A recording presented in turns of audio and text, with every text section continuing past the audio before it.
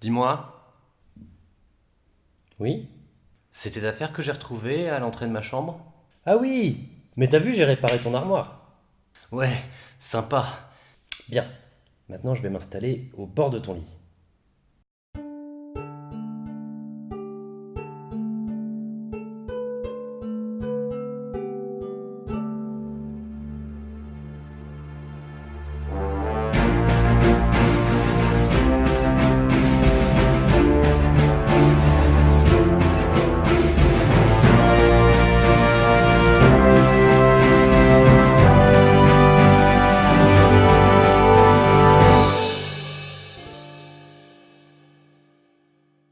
Aujourd'hui, nous allons parler de la progression en tache d'huile, en prenant pour exemple la campagne de pacification de Gallieni à Madagascar de 1896 à 1897.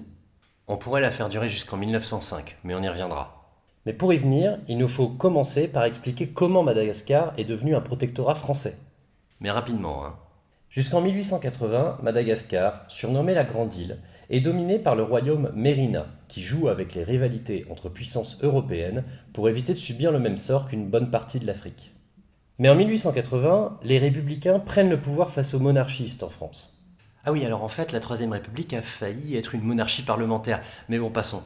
Et ces républicains sont carrément favorables à l'entreprise coloniale, pour des raisons géopolitiques et commerciales. À ce moment-là, il y a une crise économique en Europe. Et les nouvelles colonies sont vues comme des débouchés sains pour relancer la machine. Et en même temps, la France vaincue de 1870 cherche à redorer un petit peu son blason. Aussi, Madagascar devient une cible de choix, les Allemands ne pouvant s'y opposer. Et si l'affaire est bien menée, les Britanniques ne devraient pas l'empêcher, étant donné qu'ils voient d'un assez bon œil que la France se relance un minimum. Sauf que c'est pas bien mené. La première expédition est trop faible et obtient peu. Mais bon, à la fin, Français et Britanniques finissent par s'entendre. La prise de contrôle de Zanzibar par la Grande-Bretagne est reconnue. Les Allemands gagnent également la reconnaissance de leur territoire en Afrique orientale. En échange, les Français se voient donner la possibilité de mettre la Grande Île sous protectorat. Dans une seconde opération, de janvier à octobre 1895, les Français écrasent l'armée malgache et le royaume de Mérina et prennent la capitale de Tananarive. Madagascar devient un protectorat. Mais du fait de nombreux soulèvements, ce n'est pas assez. À partir du 6 août 1896, l'île est annexée et rattachée au ministère des colonies, faisant perdre, par ce fait, tout semblant d'indépendance de Madagascar. Immédiatement, plusieurs révoltes éclatent, notamment celle des Menelamba, qui, depuis la conversion de la famille royale malgache, rejettent toute influence européenne et chrétienne.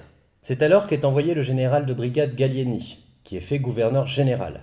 Sa mission est de pacifier l'île. Jusqu'alors, la stratégie française consistait à négocier, créer un compromis entre les différentes factions malgaches pour faire accepter leur présence. Mais les révoltes ayant pris trop d'ampleur, on envoie Gallieni qui va devoir s'en occuper militairement. Mais avant de vous parler de ses actions à Madagascar, il est de bonne loi de vous parler de la progression en tache d'huile de Gallieni, principale leçon de ses actions de pacification dans l'île. Dans l'ensemble, cette doctrine est un corpus d'actions qui échelonne la progression militaire face à une guérilla, tout en la combinant à des leviers politiques et administratifs pour assurer le contrôle des territoires et des populations. D'un point de vue militaire, la progression en tache d'huile se traduit par une avancée très progressive en suivant des cercles concentriques. Tant que le territoire contrôlé n'est pas stabilisé, il est inutile d'aller plus avant. Aussi, l'aspect militaire revêt trois types de missions. Interdire les actions de guérilla dans les zones en cours de pacification à travers des opérations de quadrillage par des petites unités fixes, défensives, basées dans des fortins. Ce quadrillage doit mener à la deuxième action, assurer le contrôle, permettant d'approfondir le contact avec les populations dans des zones de plus en plus pacifiées. Le retour à une vie économique normale doit être l'objectif de ces zones contrôlées. Enfin, pour les zones dites cibles à conquérir, le but est d'extirper l'organisation adverse. Pour ce faire, l'armée opère des ratissages avec des colonnes proches de celles de Bugeaud, tout en maintenant une pression dissuasive sur les autres zones des insurgés pour les empêcher de perturber l'implantation et le passage à l'interdiction de l'armée française. On peut donc résumer en disant qu'il y a trois types de zones. Des zones où on s'installe, on rassure, et où on renforce sa position territoriale et auprès des populations. Une zone où on tape franchement pour pouvoir casser l'implantation d'une organisation rebelle et ensuite pouvoir s'installer. Et des zones où on harcèle pour perturber les efforts adverses et empêcher au maximum leur réaction ou tentative d'infiltration de la zone sécurisée. Ce découpage en zones, avec un fort accent donné à celles contrôlées, doit permettre d'externaliser les vicissitudes de la guerre et donc lancer des actions administratives, économiques et politiques pour mieux assimiler la population. On parle d'approche populocentrée. La principale force des insurgés étant le soutien des populations qui leur apportent vivres et refuge, le plus important est d'obtenir l'assentiment de ces populations afin d'isoler les rebelles. Et c'est là que Gallieni marque une certaine rupture. Déjà testé au Tonkin, le général applique sa méthode avec une certaine liste d'objectifs et d'actions dans la zone contrôlée. Il faut bien garder en tête que ce dernier est un colonialiste pur. Sa vision universaliste le convainc de la supériorité de la civilisation française, et il ne voit dans les Malgaches que de potentiels supplétifs à l'action coloniale française. S'ils sont bien éduqués, ils pourront peut-être profiter des bienfaits de notre culture. Il met l'accent sur la construction d'infrastructures, routes, écoles, hôpitaux, et il insiste sur l'éducation, faisant de la langue française un moyen d'unir et de dominer la population. Il instaure un impôt moralisateur et pousse au commerce extérieur en appuyant toute activité économique, un homme qui travaille n'étant pas un homme qui combat. Dans la vision très colonialiste de Gallieni, pour pouvoir mettre en rang de travail les populations colonisées, il faut l'éduquer et lui donner un goût des bienfaits de notre civilisation, les soins, les méthodes productives, le commerce ou bien le confort. Et naturellement, pour continuer à en profiter, la population acceptera le travail organisé par les colons. Le développement progressif de l'économie sera suivi d'une imposition par étapes. Et de ce point de vue, les opérations militaires sont cohérentes. Gallieni, contrairement à Bugeaud, n'accepte les destructions qu'en dernier recours. Les infrastructures préexistantes pourront être utiles par la suite. Mais il reste à parler du dernier levier, la politique. Gallieni est un maître dans l'analyse des tensions et des intérêts politiques des différentes populations, appliquant l'adage diviser pour régner en permanence.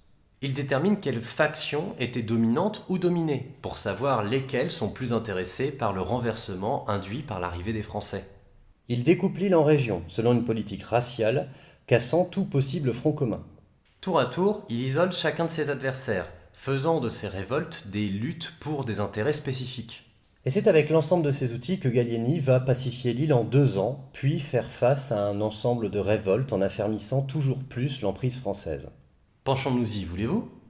À l'arrivée de Gallieni, l'insurrection est générale. Les forces françaises sont centrées sur Tananarive. La famille royale Mérina, avec l'oncle de la reine Ratsimananga et son ministre de l'Intérieur, Rainan Driyamampandri, semble être à la manœuvre. Alors Gallieni les fait arrêter, juger sommairement et exécuter. Comme la famille royale l'embête, il abolit la monarchie et envoie la reine à l'île de la Réunion. Commence la progression en tache d'huile. D'abord en Imérina, il repousse les Menalamba et casse les anciens privilèges des Mérina.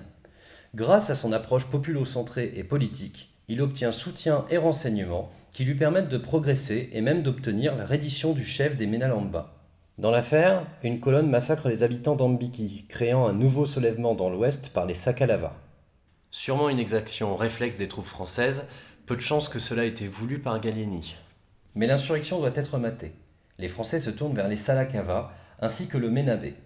En progressant lentement, ils parviennent petit à petit à prendre le dessus. En 1897, la chute des Mérinas et la politique de division portent ses fruits, puisque les luttes malgaches sont fragmentées. Gallieni soumet le sud-ouest difficilement. En 1900, il reste l'est, le sud-est et le nord à pacifier. Au sud, il bat les Mahafali et les Antandroy. Le nord et l'est tombent sous la pression assez rapidement. En 1903, le contrôle est fort dans le centre, le nord et l'est. L'ouest, le sud et le sud-est restent assez instables, en témoignent le faible impôt et la dernière révolte que Gallieni aura à écraser en 1904 avant son départ en 1905. Non content d'avoir redressé une situation très mal engagée en 2 ans, Gallieni a renforcé le contrôle français sur l'ensemble du territoire malgache, le tout avec des effectifs en diminution, passant de 15 000 à moins de 5 000 hommes. La réussite est donc totale, la progression en tache d'huile lui ayant permis d'obtenir rapidement le contrôle des territoires et des populations. Mais cela a un prix. En effet, il ne faut pas voir dans l'action plus éclairée de Gallieni une philanthropie. L'ensemble de ses décisions sont le fruit d'un savant calcul visant l'efficacité malgré de faibles moyens, mais le tout ne donnait pas plus de valeur à la vie des Malgaches. Si les parties offensives étaient réduites au maximum, les phases d'extraction étaient tout de même particulièrement violentes, rappelant, selon certains observateurs, les colonnes légères de Bugeaud. De même, la construction d'infrastructures, routes, ports, hôpitaux, écoles, ne furent rendus possibles que par l'instauration de 50 jours par an de corvées obligatoires non payées pour la totalité des Malgaches. Malgré l'abolition de l'esclavage et du féodalisme. Et les conditions de travail étaient tellement désastreuses que nombre de Malgaches moururent sur les chantiers.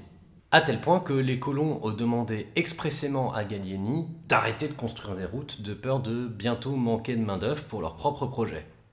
Les estimations sont difficiles, mais sur l'ensemble de la conquête et de la pacification, Donc de 1895 à 1905, on parle de 80 à 150 000 morts sur une population initiale de 3 millions d'habitants. ceci étant particulièrement dû aux travaux forcés. Du fait de son engagement pour le développement des colonies et pour l'éducation des colonisés, la campagne de Gallieni a longtemps été vue comme le paragon de la mission civilisatrice française. Et les écrits de ce général sont considérés aujourd'hui comme des précurseurs de la contre-insurrection à la britannique du XXe siècle. On notera également qu'ils sont redevenus à la mode chez les Américains durant la guerre d'Afghanistan. Car pour toute critiquable qu'elle est d'un point de vue idéologique, son efficacité militaire n'est plus à démontrer par rapport aux méthodes moins populo-centrées qui l'ont précédée. Son approche réaliste et pragmatique de l'emploi de la force ainsi que son articulation avec la politique lui ont permis de remettre en centre la population plutôt que le territoire. Car c'est bien là une des différences clés entre les armées classiques et les armées de guérilla. Les secondes ne cherchent pas à contrôler un territoire, mais survivent grâce au soutien au minimum tacite des populations. Et ne vous inquiétez pas, nous nous pencherons également sur les concepts employés par ces armées dans d'autres vidéos. Et voilà, c'est la fin de cet épisode, j'espère qu'il vous a plu. En attendant, moi je vous remercie de m'avoir écouté et je vous souhaite une bonne journée.